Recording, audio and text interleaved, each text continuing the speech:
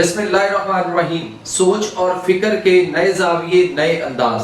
اسلامی نظام صحت کے ساتھ انداز ہیلتھ سسٹم میں آپ کا میزبان، آپ کا طبیب، آپ کا معالج، ہربلسٹ، نیچروپیتھک ڈاکٹر جمیل مہروی آپ کو خوش آمدید کہتا ہے.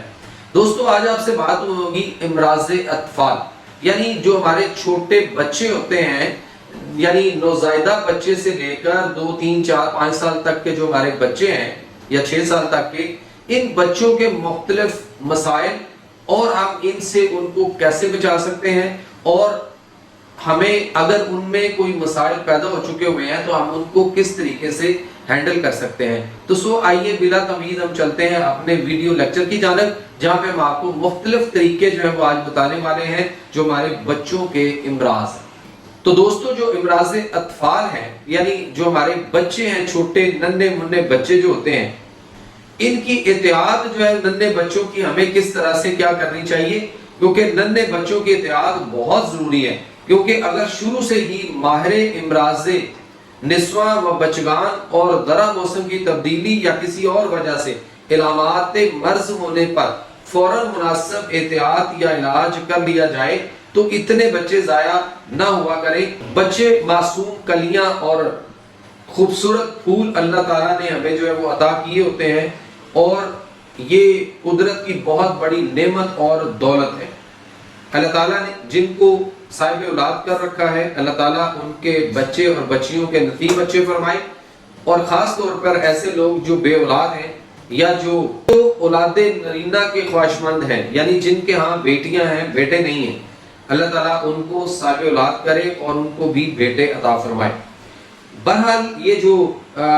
بانجھ پن جس کو ہم سمجھتے ہیں، اور ہم سمجھتے ہیں کہ شاید ہم صاحب اولاد نہیں ہو سکتے، اللہ تعالیٰ نے صاحب اولاد کرنے کے طریقے اور بہت ساری چیزیں ہمیں قرآن کے اندر جو ہے وہ دے رکھی ہوئی ہیں. ہم چونکہ اس سے فائدہ نہیں اٹھاتے اور ہم انگریزی دوائیوں کے، انگریزوں کے چکر میں ایسا پڑے ہیں، ہم ادھر ہی گھومتے رہتے ہیں اور ساری زندگی ہم جو ہے وہ اپنے آپ کو نامراض سمجھتے رہتے ہیں. بہرحال اپنے ننھے بچوں کی احتیاط بہت ضروری ہے،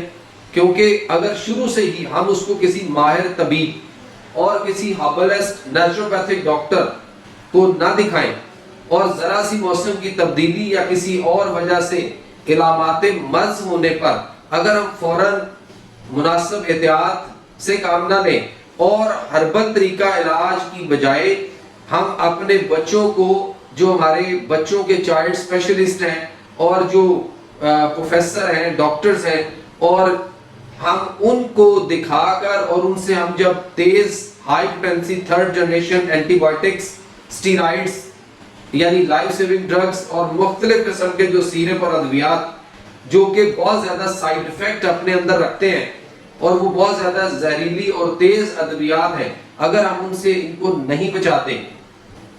تو پھر جتنا موسمی حالات کے تغیر و تبدل سے بچانا ضروری ہے، اس سے زیادہ ہمیں ان طریقہ علاج سے بھی بچانا بہت ضروری ہے. ننھے بچوں کی موت کا باعث بے احتیاطی کے علاوہ یہ جو انگریزی ادویات ہیں اور ان کے جو سائیڈ ایفیکٹ ہیں وہ بھی بہت زیادہ مسائل پیدا کرتے ہیں. دوستو، بچوں کو مناسب حرارت یا روشنی کا نہ ملنا، خاص طور پر سردی کے موسم میں، اس کے علاوہ مناسب غذا کا نہ ملنا، اور خاص طور پر عمدہ والدہ کا دودھ ہے. اور ہم جو ہے اس وقت جو ہماری خواتین ہیں وہ اپنے چھاتی سے اپنے بچوں کو جو قدرتی اللہ تعالیٰ نے دودھ دے رکھا ہے، جس کے بارے میں قرآن میں بھی اللہ نے فرمایا کہ مائیں اپنے بچوں کو 2 سال تک دودھ پلائیں، تو ہم ان کو چھوڑ کر ہم جو ہے وہ بچوں کو فیڈر اور ڈبوں کے دودھ اور اس کے بعد ڈبوں کے خشک پاؤڈروں پہ لگا دیا، تو یقین کریں کہ یہ بچے ہمارے بہت تیزی سے مختلف بیماریوں کا شکار ہوتے چلے جاتے ہیں. بچوں کو پاک، صاف اور ستھرا نہ رکھنا، اس کی آب و ہوا کا مناسب انتظام نہ کرنا. اس کے علاوہ دوستو، بچوں کو بازاری چیزیں، اب مختلف قسم کی گولیاں، ٹافیاں، چاکلیٹس، اس کے بعد سلینٹیاں، اس کے بعد مختلف قسم کے چپس اور برگر اور پیزے اور شوارمے اور ڈبوں کے دودھ، ڈبوں کے جوس اور اس طرح کی جن چیزوں پہ ہم نے کولڈ ڈرنک، فاسٹ فوڈ اور جو ہماری انرجی ڈرنکس ہیں ان پہ جو ہم نے ان کو لگایا ہوا ہے، تو اس سے بچہ جو ہے وہ چیزیں ہضم نہیں کر پاتا، اس کا معدہ، اس کی آنتوں میں سوزش، انفیکشن، اور اس کے بعد آئے دن اس کے لیے جو ہے وہ بخار اور چیسٹ انفیکشن کے سامنا اس کو جو ہے وہ کرنا پڑتا ہے. اور اس کے بعد پھر ہم وہی بات کہ ہم چائلڈ اسپیشلسٹ اور third generation high potency antibiotics اور انجیکشن لگا کے ہم ان کا جو ہے وہ پوری باڈی کیمسٹری جو ہوتی ہے دوستوں ہم اس کو ہلا کر رکھ دیتے ہیں. اس کے بعد آ جاتا ہے بچوں کو تیز اشیاء اور اغذیہ جو غذائیں ہیں یا متلی جلاب دینا جو ہے وہ جس سے بچہ کی صحت مزید خراب ہوتی ہے. یعنی ہم ان کو مرغن غذائیں چٹپٹی چیزیں جو دیتے ہیں اور باقی چیزوں کا میں نے ابھی ذکر آپ کے سامنے کیا، اور میدے کی بنی ہوئی چیزیں، بیکری کے آئٹمز، ان چیزوں سے اپنے بچوں کو بچائیے. بچوں کے اعضاء نازک ہوتے ہیں، ان کے دکھ درد کو سمجھنے کے لیے بڑی مہارت کی ضرورت ہوتی ہے. تشنج یعنی کھانسی، اسہال پیٹ خراب ہو جانا، قبض، آنکھ دکھنا، چہرہ زبان پکنا، رونا، ہنسنا، حرارت بدن، پخانہ پیشاب وغیرہ کی شکل سے بیماری اور تکلیف معلوم کی جا سکتی ہے. ان کا علاج علامات، احساسات، نبض دیکھ کر مناسب اور لیکوڈ ادویات سے کرنا بے حد ضروری ہے. بچوں کی آنتیں داغے کی مانند باریک ہوتی ہیں،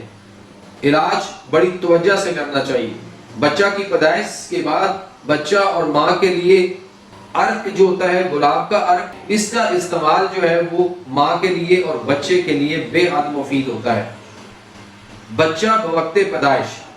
یعنی پیدائش کے وقت بچہ کی حرارت جو ہوتی ہے وہ 94 ڈگری ہوتی ہے، یعنی معمولی درجہ حرارت سے 4 درجہ کم. بچہ نبض بوجہ پرورش 100 سے 130 تک اس کی جو ہے وہ نبض چل رہی ہوتی ہے. سانس 1 منٹ میں 40 دفعہ، اور لمبائی قد اس کی جو ہے وہ 120 انچ اور وزن 7 یا 8 پاؤنڈ ہوتا ہے. پیدائش کے وقت بچہ مردہ معلوم ہونا. اگر بچہ پیدائش کے وقت نہ روئے تو بچہ کے منہ میں انگلی ڈال کر اگر کوئی جھلی وغیرہ ہو تو اسے صاف کریں. آج کل وہ سکر بھی آئے ہوئے ہیں، وہ پمپ سا ہوتا ہے، وہ منہ میں ڈال کر اس سے بھی جو ہے وہ سک کیا جاتا ہے. بچہ کے منہ سے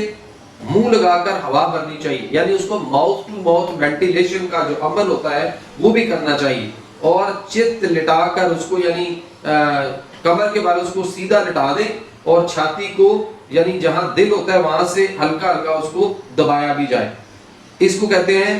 اس کی ہارٹ پمپنگ کرنا اور ماؤتھ ٹو ماؤتھ وینٹیلیشن کرنا. اگر اس سے زندگی کے اثار پیدا نہ ہوں تو کچھ دیر نیم گرم پانی میں اور کچھ دیر تازہ پانی میں بٹھانا چاہیے. بچہ کی مقد پر برف کا ٹکڑا رکھیں،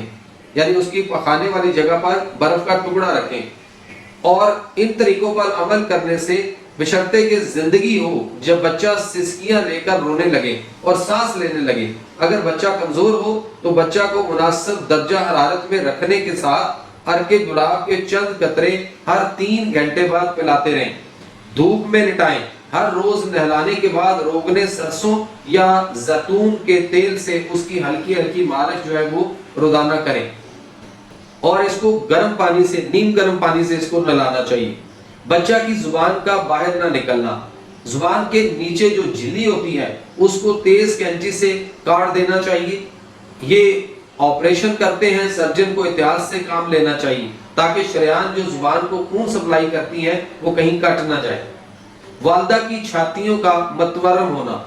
بچہ کو دودھ پلانے سے پہلے ماں کو اپنی چھاتیوں کو صابن سے دھو کر اس پر zinc oxide 10 gram, Vaseline 200 gram میں ملا کر مالش کر لینی چاہیے تاکہ چھاتیوں کا ورم اتر جائے اور بچہ کسی نئی بیماری سے بچ جائے. بچے کا بخار بار بار آنا اور اس کے ساتھ اس کو لوز موشن لگے رہنا، بچے کا سوکھنا، بچے کا سوتے میں پیشاب کرنا، بچے کا جو ہے وہ نمونیا اور چیسٹ انفیکشن، اور اس کے علاوہ اس کو خسرہ، پیٹ کے کیڑوں کے لیے جو ہے وہ آپ ان مسائل کے لیے آپ اس کو جو ہے وہ کسی کوالیفائڈ طبیب معالج کو دکھائیے تاکہ وہ کنڈیشن دیکھ کر اس کے مطابق اس کا قدرتی جو جڑی بوٹیاں، جو نباتات، حیوانات اور معدنیات کے ذرائع اللہ نے رکھے ہیں ان سے وہ ان کو جو ہے وہ ٹھیک کرے. تو دوستو آج ہم نے آپ کو یہ بالکل جو نازائیدہ بچے ہوتے ہیں، بالکل ابھی پیدا ہوتے ہیں اور زچہ اور بچہ کے جو مسائل تھے وہ ہم نے آج اس ویڈیو میں آپ کو ڈسکس کیے. امید ہے آج کا ہمارا یہ ایپیسوڈ آپ کو یقیناً پسند آیا ہوگا اور آپ ان باتوں کو دوسروں تک بھی پہنچانے میں بھرپور کردار ادا کریں گے. بزم مہروی میں ہم آپ کے لیے بہت کچھ روزانہ لانے کی کوشش کرتے ہیں اور ہر روز ہم آپ کے لیے مختلف قسم کی بیماریاں، مسائل، ان کا حل، ان کا علاج معالجہ، ان کی غذا اور اس کے ساتھ ساتھ ہم جو ہے وہ پھل، سبزیاں اور ہماری صحت، ان چیزوں کو اس بزم مہروی میں آپ سے ڈسکس کرتے رہتے ہیں. اس کے ساتھ ہی اپنے میزبان، اپنے طبیب، اپنے معالج، ہربلسٹ، نیچروپیتھک ڈاکٹر جمیل مہروی کو دیجیے اجازت. انشاءاللہ کل پھر آپ سے ملاقات ہوگی. تب تک اللہ نگہبان.